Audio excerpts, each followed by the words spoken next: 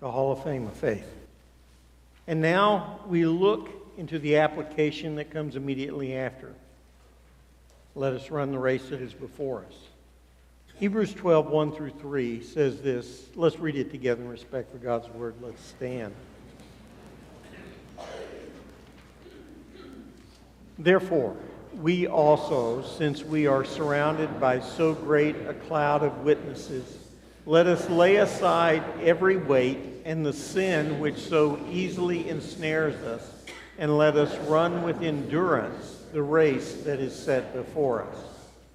Looking unto Jesus, the author and finisher of our faith, who for the joy that was set before him endured the cross, despising the shame, and is set down at the right hand of the throne of God. For consider him who endured such hostility from sinners against himself, lest you become weary and be discouraged in your soul. The Lord add his blessing to the reading of his word. Last week we talked a lot about Louis Zambrini, but growing up, one of my heroes was Glenn Cunningham. Reading his story, as a young boy, he and his brother were lighting the stove, which was heated by a kerosene stove, but somebody had put gasoline in it and it exploded, killing his brother and leaving him badly burnt. The doctor wanted to amputate his legs, but he cried so much to his parents insisted they keep the leg, but his legs were so scarred with all the burning and everything. They had to take off the toes of his left foot. And they didn't know if he'd ever walk again. But 2 years of physical therapy, he began to walk. And he found it was less painful if he ran. So he started running everywhere instead of walking. And by the time he was a young man, he was a star athlete and runner. In 1934 at Madison Square Gardens, he ran the fastest indoor mile that had ever been recorded at that time. In the same year, a little bit later, he set the world record in the mile outdoors. His goal was to break the 4-minute mile, though that did not occur. That was reserved for Roger Bannister in the 1950s. Glenn Cunningham ran. He ran in spite of pain. He ran to win every race he was in. And God has called us to run. To run in a race that every one of us can compete in. Glenn Cunningham was considered the greatest miler ever to have run. All because he ran through pain. We are called to run. We've just concluded the Hall of Fame of Faith. And list upon list of individuals who gave example after example of faith. And now the author is calling us to run a life of faith. To run a life of faith which many in his day, the author's day, were not wanting to run. It was too hard. It was too difficult to run in grace. It was more comfortable to run in ritual and ceremony.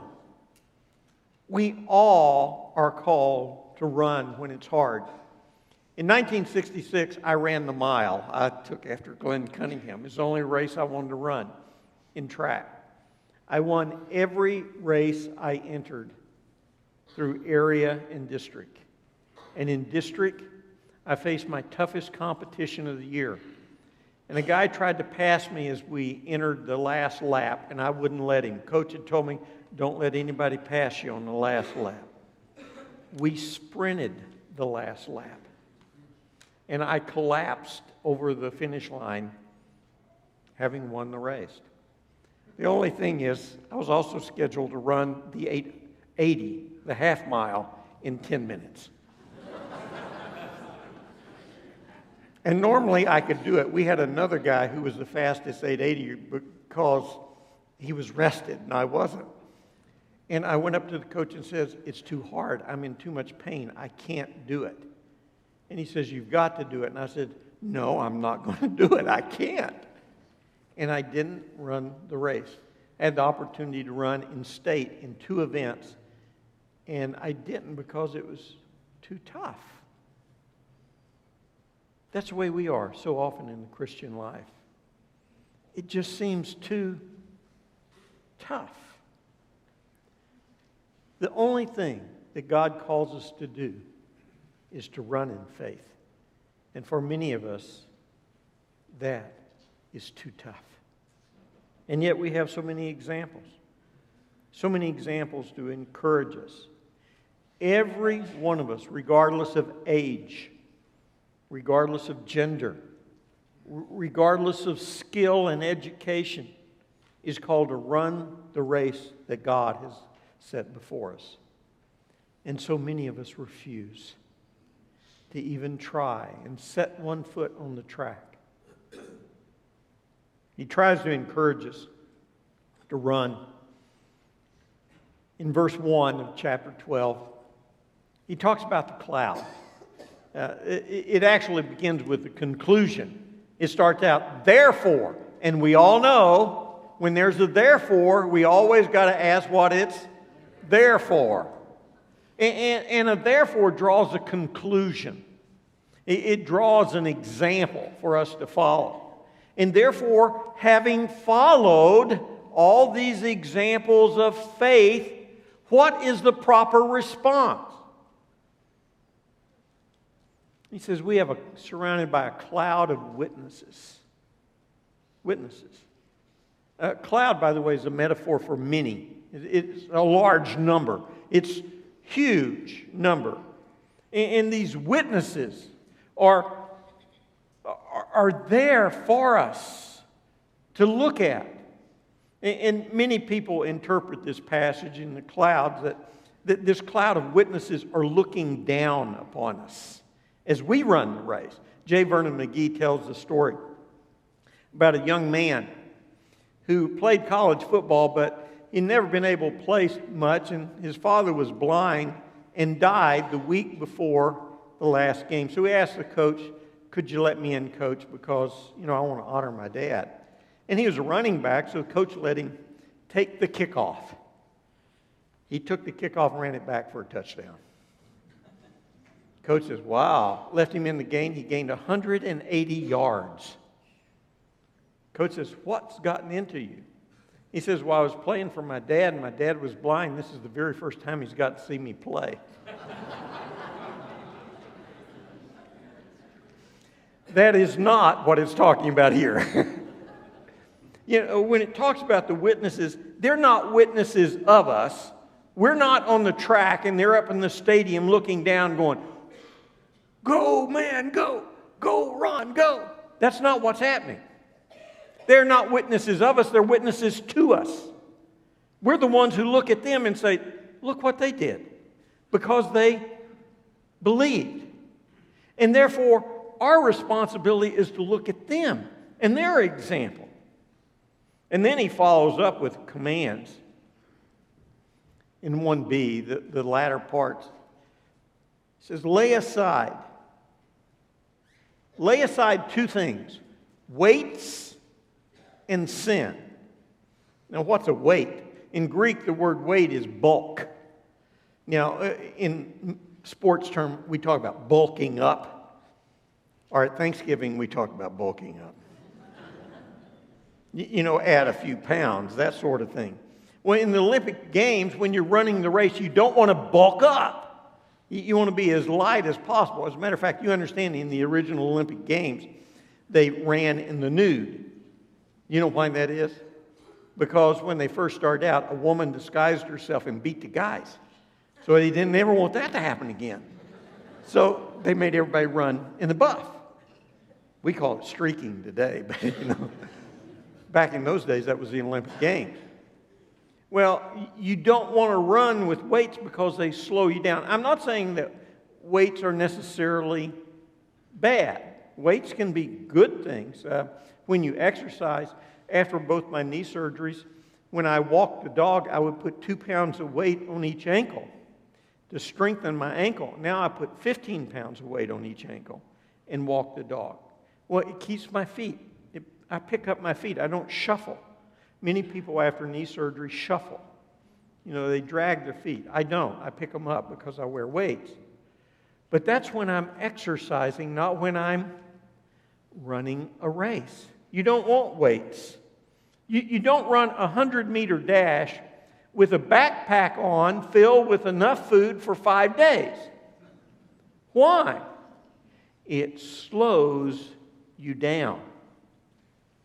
What are the weights that we as Christians face today? It's anything that weighs you down, that keeps you from doing your best. Could I postulate a few for you? How about attitudes? Bad attitudes. How about a lack of discipline? How about materialism? How about selfishness? How about procrastination? How about impatience? And I could go on and on. It's anything that keeps us from giving our all to Him. For the Jewish people of this day, it was ritual, sacrifice, and ceremony. It weighed them down from serving Jesus. We're also to lay aside the sin which so easily besets us. That's our nature, by the way, to sin.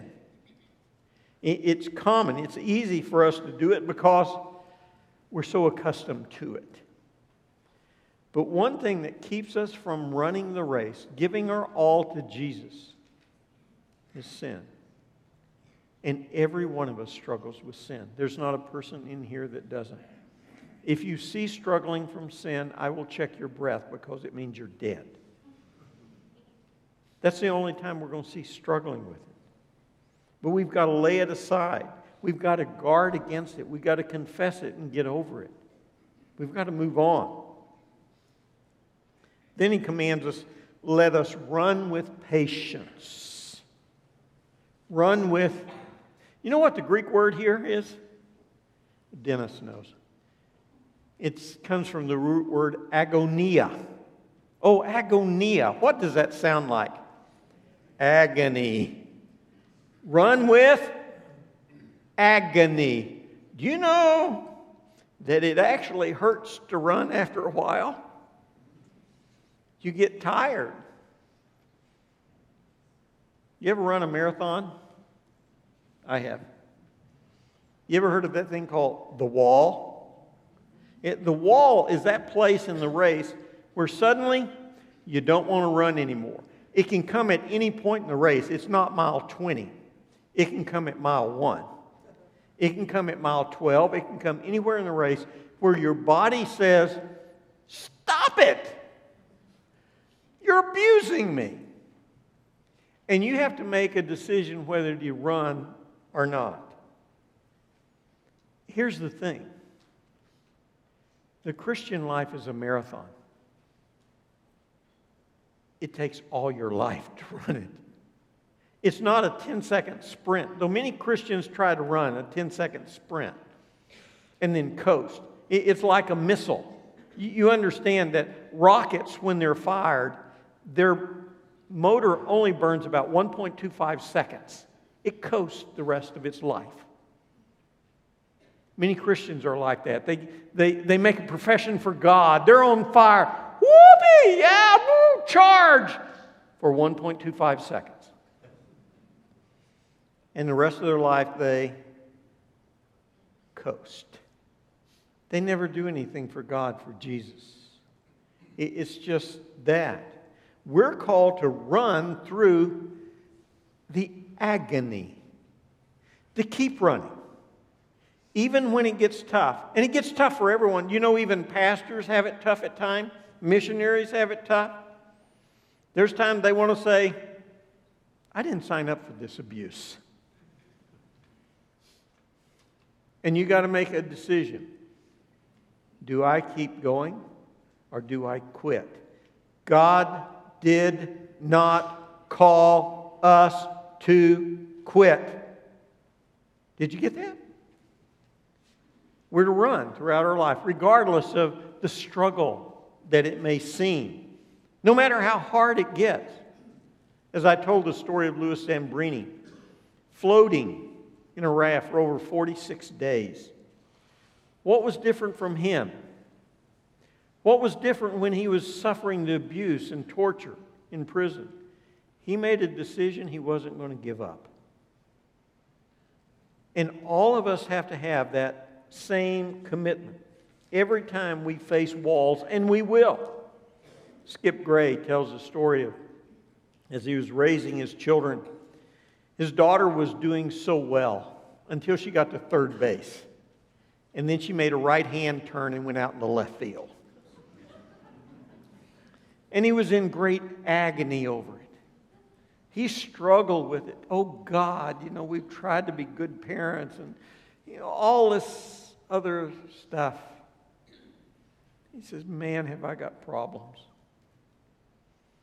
In his devotions one morning, he was reading 1 Peter 5:7.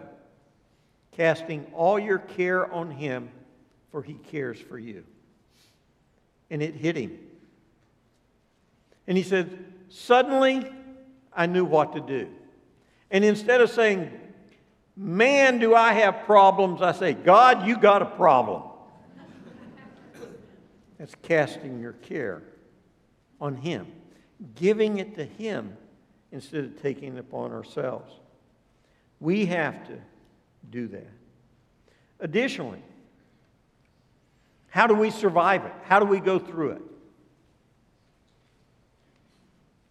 By considering. The first thing that we look at is looking to Jesus. Looking to Jesus, the author and finisher of our faith. How did Jesus get through the wall? How did he do it? For the joy that was set before him endured the cross, despising the shame. He didn't look at the circumstance. He looked at the goal line, the finish line. He looked at what was going to occur because of what he did. And for us, in this world, we will be mocked, we will be tried, we will be tested. And how do we get through it? By looking to the finish line. Looking to the touchdown that Jesus set. You know the touchdown Jesus set? He's seated at the right hand. You know what that means? His work is done. It's completed. We look at him and what he endured, and if he can endure it, he says he will strengthen us to be able to endure it too. That's the motivation. What is it that motivates us? In 1958, the University of Arkansas was playing Ole Miss. Arkansas was behind by 3 points. It was down to 5 seconds in the game. Timeout had been called. The Ole Miss coach told him, the quarterback, sit on the ball. He went out and he went, I'm going to have some fun. He dropped back and threw the ball. And Arkansas's fastest player stepped in front of the receiver, intercepted it, and headed down the sideline. Nobody in front of him. The quarterback chased him down and tackled him on the 3-yard line as time ran out. After the game, they interviewed the quarterback and says, where'd you get the speed? And he says, the Arkansas player was running for a touchdown. I was running for my life.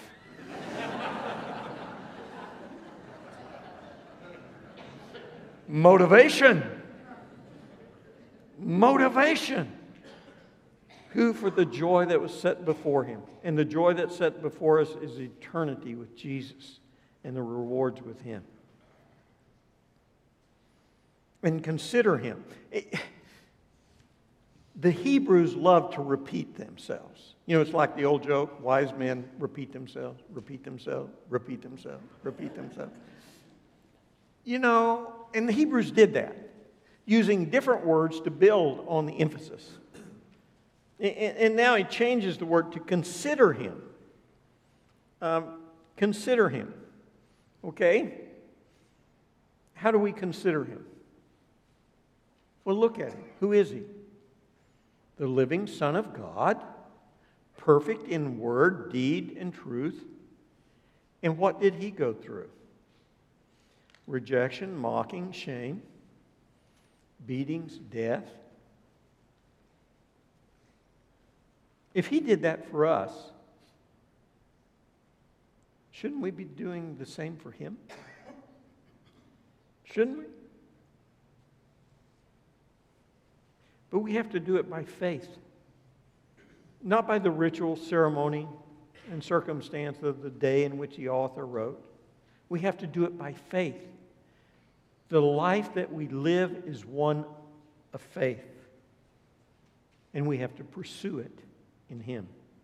In Romans 9:31 and 32, it says, "But Israel, pursuing the law of righteousness, has not attained to the law of righteousness." It's not by doing the ceremony. It's not by following Mosaic law. Why? Because they did not seek it by faith. Faith is the victory. Faith is the relationship to God. Faith is what we pursue. Because they did not seek it by faith, but as it were, by works of the law. For they stumbled at the stumbling stone. The stumbling stone is Jesus. It's grace. It's not what we do, it's what we believe. As it says of Abraham, he believed God and it was counted for righteousness. It's not how much we do for Jesus, it's do we believe in Jesus and trust him. As we look at this passage today, we have to ask ourselves, how do I become a better disciple? How's my life going to be different? The first thing that we have to do and decide is this. Are we going to run the race? Are we going to run the race in faith or by our own efforts? It's our choice. Every one of us is called to run the race. It's reinforced in other passages like Paul in 1 Corinthians 9:24. It says, "Do you not know that those who run in the race run all, but one receives the prize? Run in such a way that you may obtain it." In the Greek, the verb "you" is a second person plural. You know what that means? Let me translate it into Arkansas. All y'all. All y'all. It's not you, Terry. It's all of you. It emphasizes the fact that the race is for every single believer. Every one of us needs to be running. And everyone needs to be running to win. Oh, by the way, this is the Special Olympics. Oh, you know what the Special Olympics are? Have you ever seen that? If you cross the finish line, you win. Have you ever? That's what we're called to do. To run the race, and if we run the race, we finish, we win the prize. Every one of us needs to be intentional in running the race. Some of us treat Christianity rather casually. I love when I feel like loving. I forgive when I feel like forgiving. I do good and give to the church when I feel like giving, as long as they don't make me mad. The race is for all, and we run it intentionally at all times. We plan it. We need to be intentional in our pursuit of God, to plan to spend time with Him in the Word and prayer daily. We need to intentionally step out in faith, trusting God to do the things He's asked us to do. Remember my definition of faith? It's taking God at His word. And it's taking God at His word and stepping out and doing the very things God has told us to do. That's faith. Whether we like it or not, we do it in faith because God said, do it. And He's commanded us to love, to forgive, to give, and the list goes on. And we do it not out of necessity, but obligation in grace. And if we do it, we love it. Intentional, run the race. But the problem is, we all stagger. It's the Special Olympics again. You know, I feel like my life is like the Special Olympics. You know, I'm at the starting line, they say go, and I take 2 steps and fall down. And I hear my Special Olympics coach saying, "Get up, Ronnie, get up, run, run." And I get up and I stagger into someone else's lane and they knock me down. And I get up and there's my Special Olympics coach saying, "Run, Ronnie, run." And I run. And I finally get to the finish line. And I collapse into his arms and he says, "Well done, thou good and faithful servant." I won. Why? I ran the race. The race gets hard because of the sin, the weights that we carry. But it is our decision to run even when we stagger. Louis Zambrini tells a story in one race in which he was running. The coaches had got together from the East Coast and decided they wanted to keep him from winning. So they designated 4 guys to surround him, box him in, and keep him from running. And on the second lap, they had him boxed in so tight they were cutting into his legs, stepping on his back leg, trying to stab him in the legs. Finally, they tripped him. He fell, but he got out of the box. He got up and he was so mad that he finished the race, beat everybody in the race, and set a new record. Why? Even though he staggered, his mind was made up to win the race. We stagger. We're burdened. But Jesus is there. He says, "Come to me, all ye who labor and are heavy laden. I will give you rest. Take my yoke upon you and learn from me, for I am gentle and lowly in heart, and you will find rest for your souls. For my yoke is easy and my burden is light." He doesn't weight us down. He encourages us. He strengthens us in all things. Are we willing to run the race?